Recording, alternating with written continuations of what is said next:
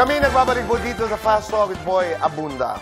Masaya po si Kylie Padilla na nakamit na ni AJ Raval ang kanyang pinagdarasal na freedom matapos ang kanyang revelasyon kahapon.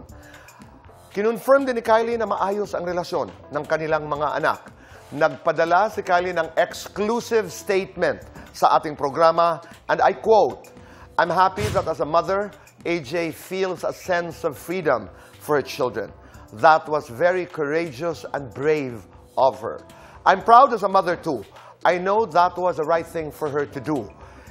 Totoo po na sobrang mahal ng mga anak ko ang mga kapatid nila and that means everything to me. To us, as their parents, labas na ang mga issues namin doon. I hope we all find peace and that we also give AJ some empathy. Pwede na sila mag-date, magkakapatid, nang hindi nagtatago. Kylie, maraming salamat.